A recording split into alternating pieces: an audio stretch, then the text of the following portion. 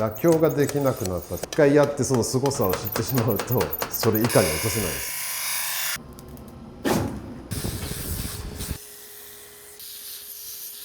誰がどうやって作ってるっていうのが分かるからすごい魅力よね。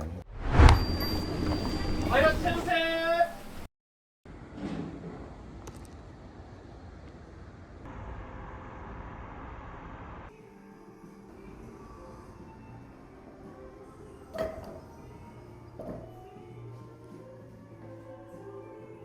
こんにちは。こんにちは。よろしくお願いしよろます。しくお願いします。西田刃物の西田大輔です。早速なんですけど、作っていただく包丁の紹介をしていただいてもいいですか？そうですね。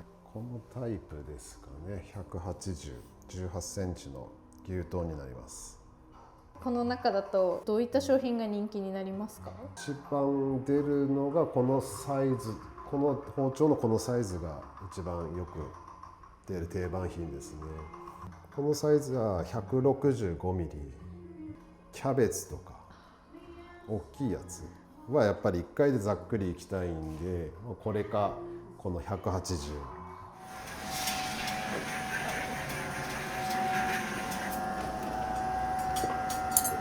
これが鋼の切れる部分になる。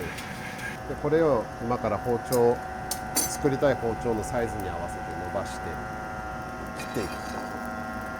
鋼が白紙1号で、極軟鉄に白紙1号を割り込む。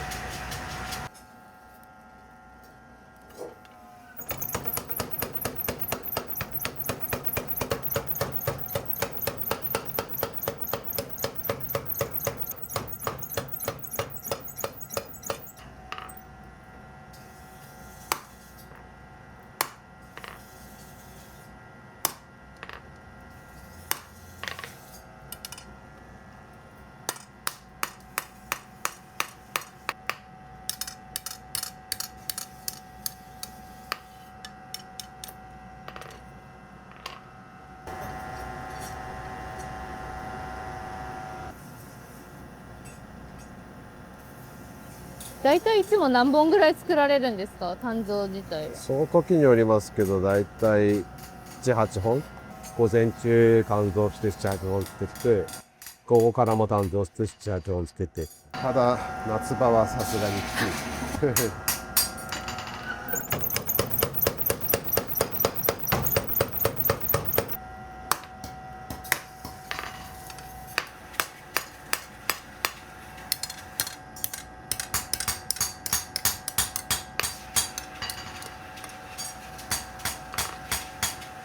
今かけてるのが接着剤の役割です。鉄の粉と黄酸で当然で作ってるんです。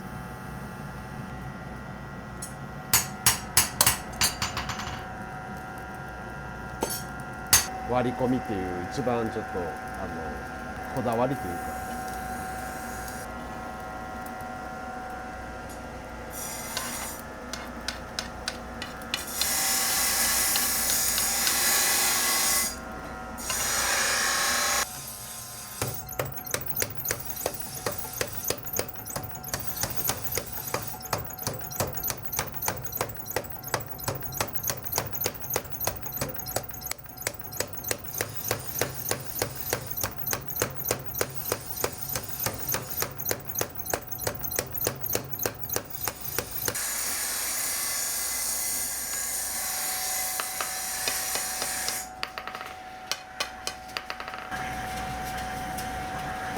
ここ見てもらえると真ん中っていうのがよくわかりますね。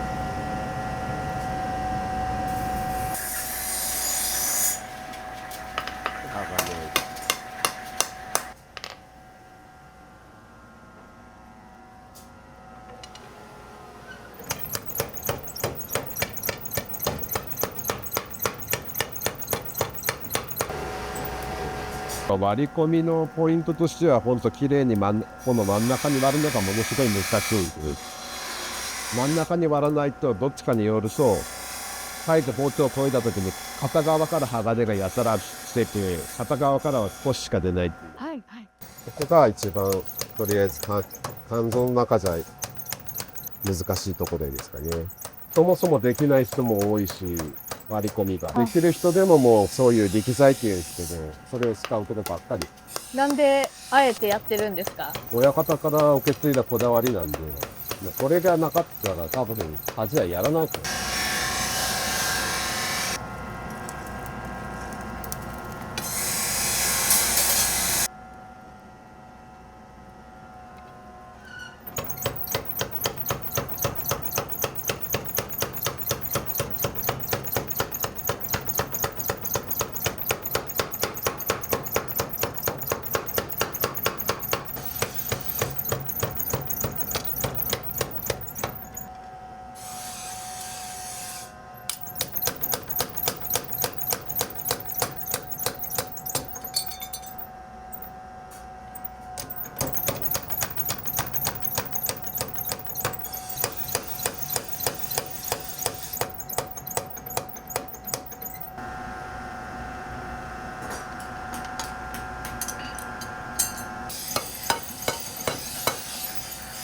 大体の長さの同じ鋼で同じ地金に入れて同じように叩くと大体同じくらいのサイズ。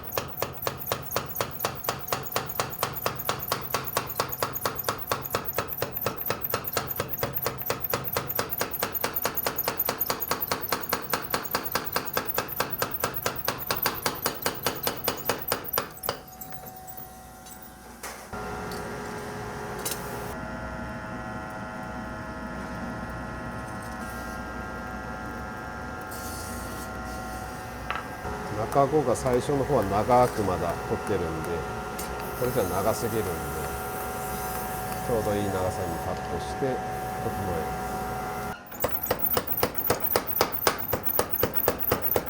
る。伸ばす時のポイントとかってあるんですか？割と形を崩さず、結局は切って形は整えるけど、均一に叩いていくと均一に伸びていくんで、形も綺麗になる。やっぱ多分違うと思うんですよ。何にしてもやっぱ綺麗じゃないと、ここの中子なんて絵の中に入る部分ですけど、ここもちょっと綺麗じゃないとどうも落ち着かんという。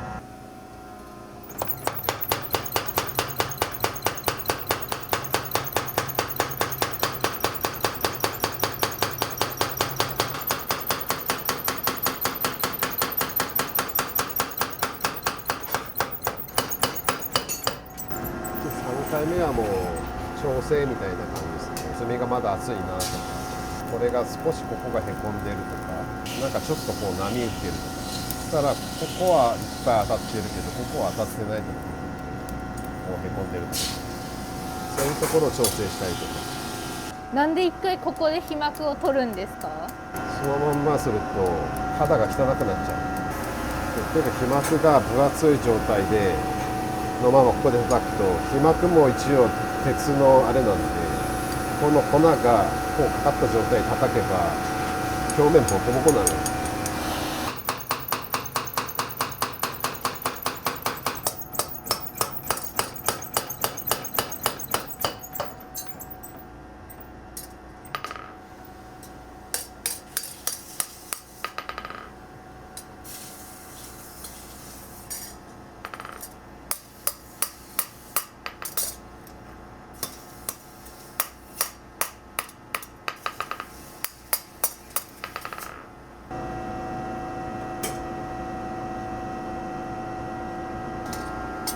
で鍛造終わりです。温めて、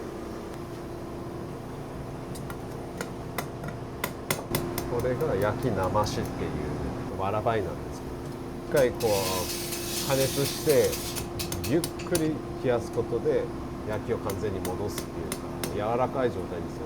これを急激に冷やしすぎると焼きが入ってパンパン叩いてたら中の鋼割れちゃうんです。基本全部の商品をこういう割り込みで作ってるんですか？あと型番の場合はまたちょっと作り方違うんですけど、でも弟子には使い分け、ちゃんと使い分けができるんだったら、ある程度その生活の基盤となる分は歴材で作って、で、こだわりはこだわりで作って、ほんで多分そっちの楽な方に逃げると、もうそっちしかしなくなるんで。だからもうやらないです。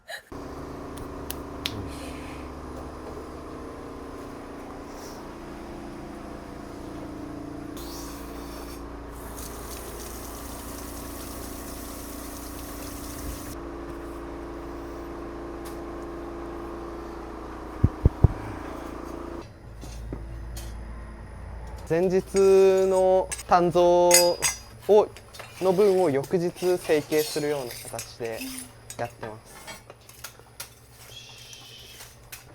でこれから酸化皮膜を剥いでいきます。よいしょ。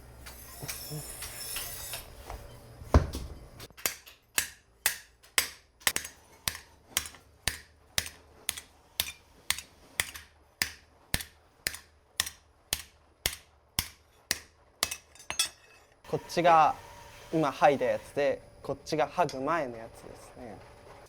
一回こうやって叩くことによってこういうふうにへこませて包丁を変形させて膜を取ってるっていう感じで、だからこういう、8の3ビルっていうんですけど、これに乗っけて叩くのも変形させるために叩いてるんで、酸化皮膜って言ってこれをきれいに剥いでおかないと製品にした時にきれいな黒打ちとかを作ってもちょっと衝撃があった時とかにこの膜ごと取れてこういう白い面が製品にした時に出てきてしまうんで、ここできれいに剥いでおくとそういうのが起きなくなるんできれいな製品ができます。今からこいつをきれいに鳴らすっていうか、今こんなボコボコしてるんでこの状態からかなり変わるんできれいに。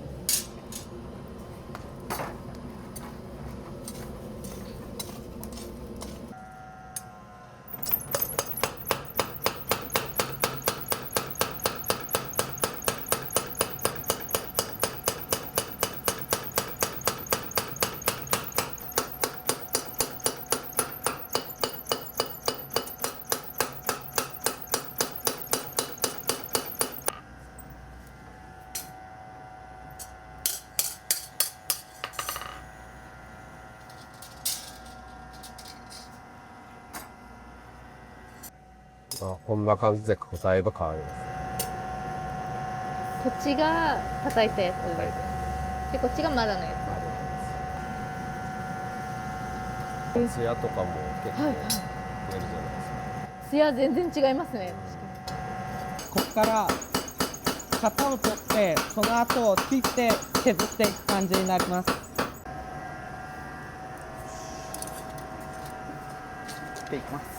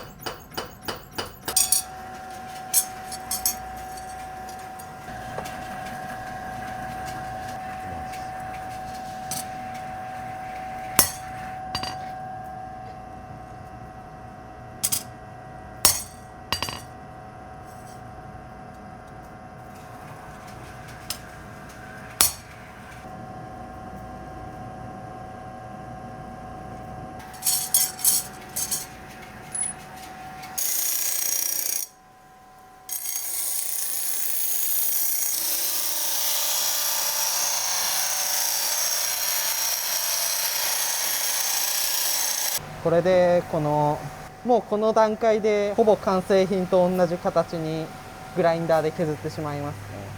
この今削ったところが粗いので、それを次細かく整えるためにこっちで削っていきます。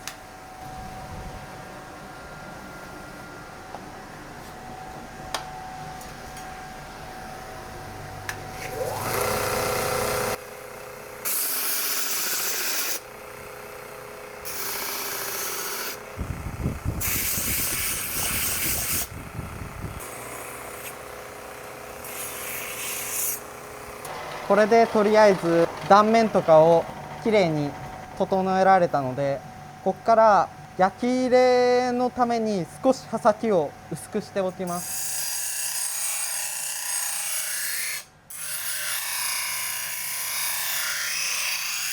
焼き入れって刃先の方の温度が多分一番大事なんですよ。でその刃先を薄めることによってある程度その熱が早く入りやすかったりとか、少しだけ鋼を出すことによって炭で焼き入れするんで、そこに炭素が入りやすかったりとか、そういう感じで少し薄くしてるんだと思います。でこれで一応成形は終わりって感じですね。でこの次は焼き入れっていう工程に行くので、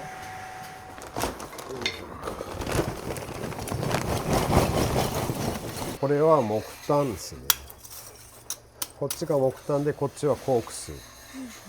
焼き入れする時はちょっと細かい方がやりやすいんですよ。こんなでっかいのをゴロゴロしているとやりにくいんで、結局これをこの中に焼けたやつの中にこうやって入れて焼くんですけど、でっかいのがあるともうなんか中に入らなかったりとか、これは大した木炭じゃないんですけど、松炭っていうのがあるんですよね。でうちも松炭も混ぜて使ってるんですよね、焼き入れの時は。ちょっと松炭高いんですけど、安い方の炭で、こっちが松炭、つやっていうかキラキラしてる。重さも全然違うんですよ。松炭めっちゃ軽いんです。火力が強くてあんまり炎が上がらないんで、炎がボーって上がるとこの中で明るくなるんで色が見にくくなる。最初この火起こす時はこっちの安いやつ使わないともったいないんで、今からこの土を塗るんですけど、この土を塗ることで焼きが入りやすくなるというか、これ砥石の粉を溶かしたやつですね。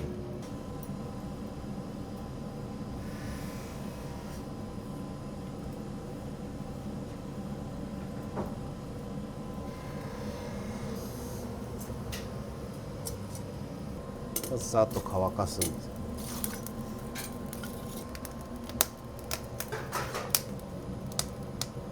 じゃあ真っ暗にしますんで。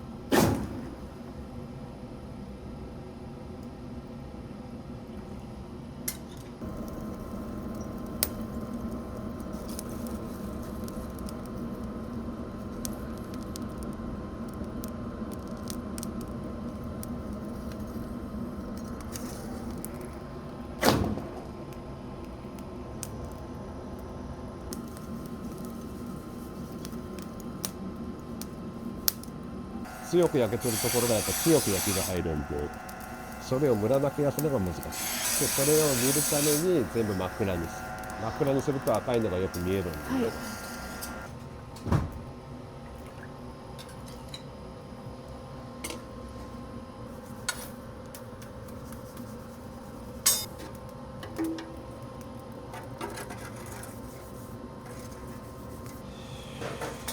で今これ焼き入れ終わった状態で、この状態だとまだ焼きがキンキンに入ってて硬いんで、少しここから焼きを戻す作業、焼き戻しです。焼き入れの一番難しいところとか気をつけてるところとかってどういったところですか？まあやっぱ一番はその焼きムラがないようにするのとか、あとは焼きすぎとかに気をつけないと。皮膜研いだところあったでしょ。皮膜取ってもここがあんまり赤くなりすぎるとまた皮膜が出るんです。そこで水につけるとその皮膜が取れてこう汚くなるんですよ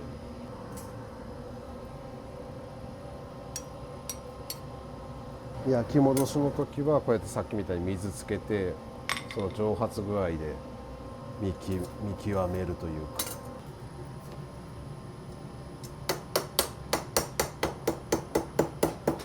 でまたわらばいに入れてゆっくり冷やす。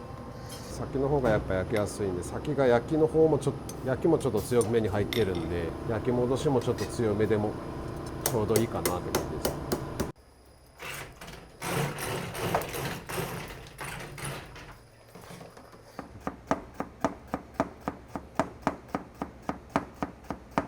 ここ4本は全部西田さんの大丈夫。のりももう現役バリバリ使ってたやつ。製品の良さでびっくりしたこととかありますか？いや、それはもう明らかに違うんで、西田君の包丁って粘りがあるんで結構長持ちするんですよね、切れ味が。硬いだけだと欠けちゃうというのもなくて、打ち方がいいんだろうと思うんだけど、このツヤがね、大根が死んでないってよく言うんだけど、切られたって気づいてない。野菜に優しいね。で食材もなんか愛おしくなっちゃうよね、こう切る時に。そういう感覚はめちゃくちゃある。こうザクッと下に切る切り方、この感情を覚えていて。で職人さんがいい包丁で切るとこういう切り方をするからこういう断面になる。違うじゃん。だから気づいてない。いい道具できちんとした切り方をすると何も潰れてない。千切りとかも全然水に離した時の張りが違うんで、いやこれ刃の入りがね、この最初の入りがもう全然違うもんね。食い込み最初のしおれないじゃん全然。と食べた時もパリパリ感があったりとか、ドレッシングかけても負けないだったりとかで、毎日使うやつなんで100均でも買えるものもあるけど、もうそんなんじゃなくてちょっといいものを大事にするっていうか、そういう感じの一つ。対個人で誰がどうやって作ってるっていうのが分かるからすごい魅力よね。いやありがたいよね。強みになっちゃう自分の。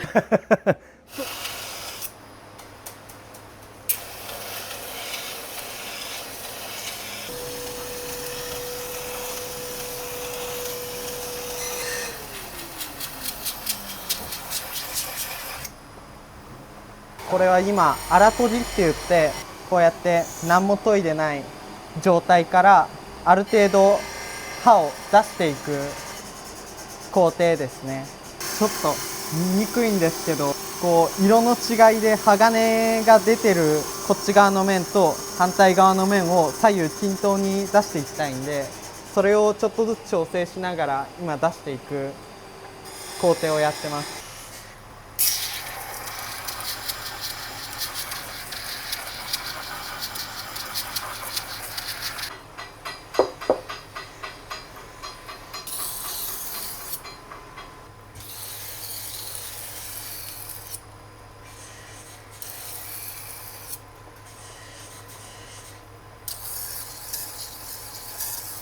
でここまで終わったら次目すきを当てます。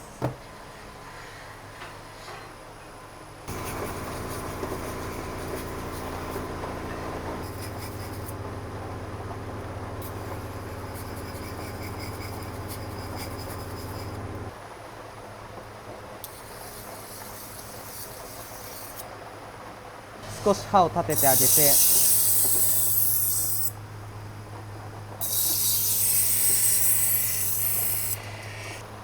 でここで返りがちゃんと出てるのを確認して、これでここの研ぎは終わりって感じですね。これは黒打ちの包丁です。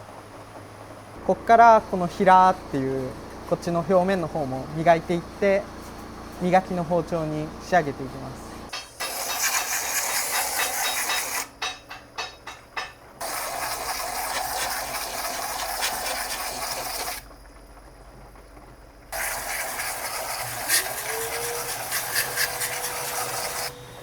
旦洗うとはこんな感じですね。これからもう一回メスキを当てていきます。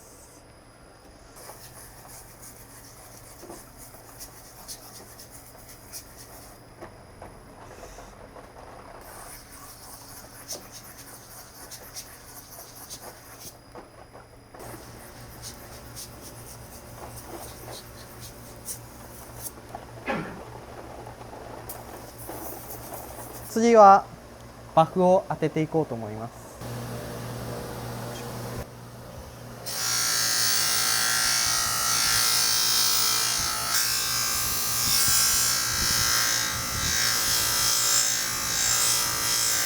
これでバフが当たった状態、当ててない状態で、ちょっとまだ光り方が裏と表では変わってくるかなって感じです。ぼかしをかけたくないところをテープでカバーしてあげて、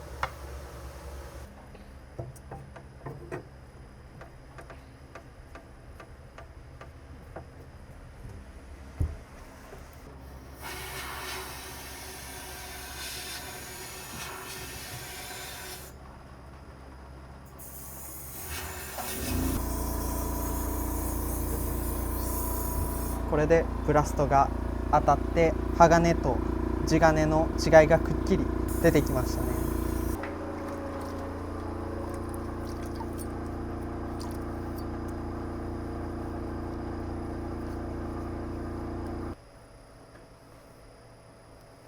それでここに目をあとは切ったら、とりあえず包丁として完成って感じですね。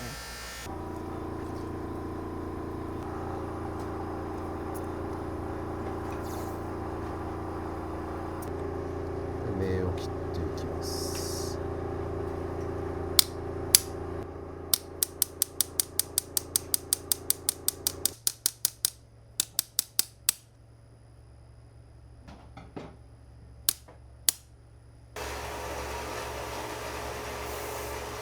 磨きの場合にこの刻印を打つと思いっきりゴンって打つんで曲がったりするんですよ。そこだけへこんだりで、先に打っちゃうと磨いた時に薄くなるし。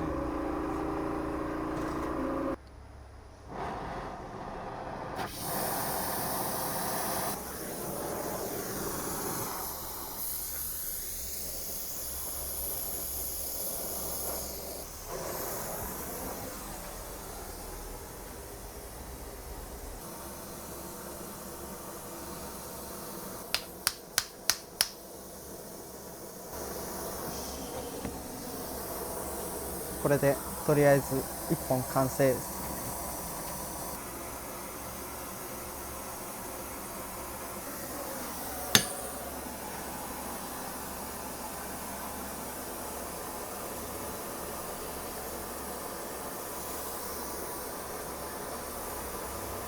ここがカスタム、絵まで全部手作りの一点物ですね。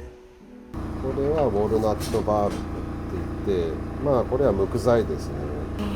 でこっちがメープル、そのメープルの木に樹脂を感心させてやるんですよ。こういうブロックであるんで、じゃあ切っていきますね。はい。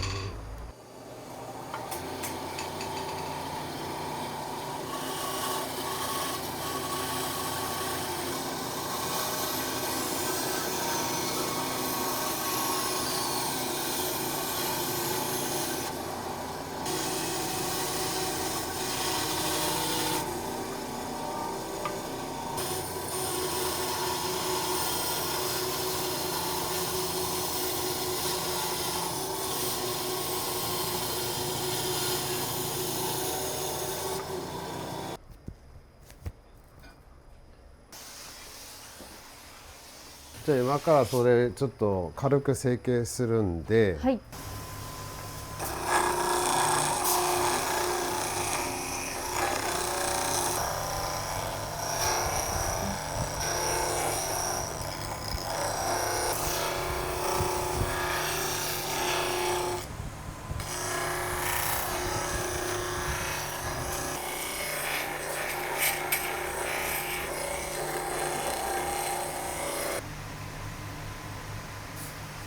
間グラインダー終わりで、次の工程が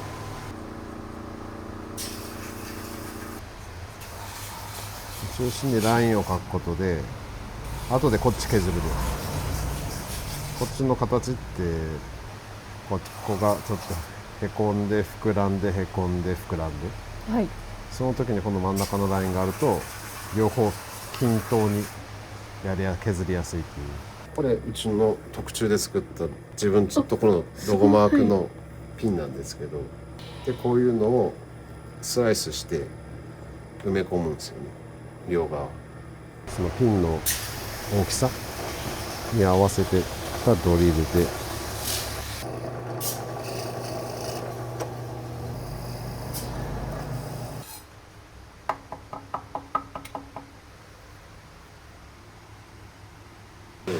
これがあれかけた後の状態で、ある程度の大きさまでグラインダーで削って、今からこれをもっと丁寧に削っていく作業です。今もう本当大まかに削っただけなんで、これをもっとちゃんと形にしていく。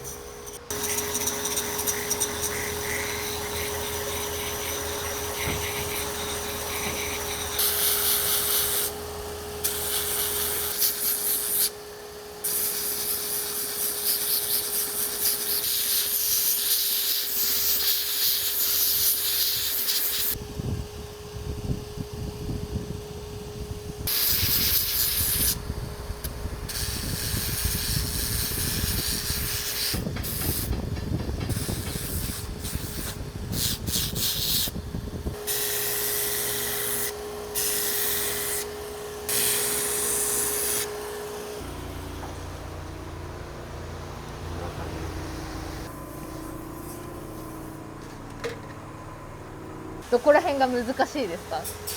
左右対称にするのは難しいです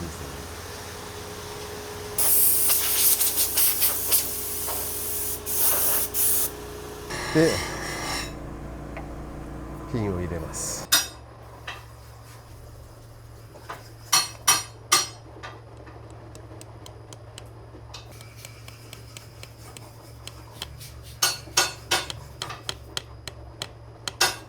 特注のうちのロゴマーク。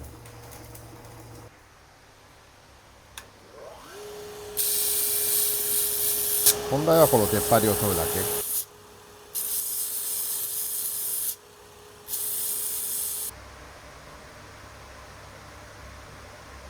順番的に今60番、番手が60番なんで、120番、240番、400番、600番と番手をどんどん細かくして、傷をどんどん細かくきれいにしていく。で最後に最終的にコーティングを2回重ねてこの状態ですね。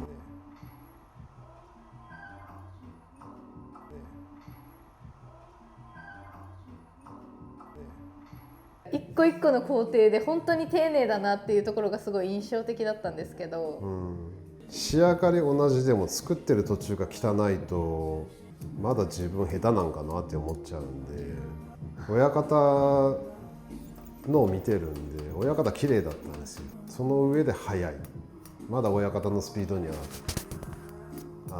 追いついてないですもんね。まあ前に比べればやっぱ作る時間が明らかに長くはなってますもんね。妥協ができなくなったっていうのが一番でかくてもうちょっとなんか粗見つかるとどうしても気に入らんって直さなきゃいけないんで、一回やってその凄さを知ってしまうともうそれ以下に落とせないです。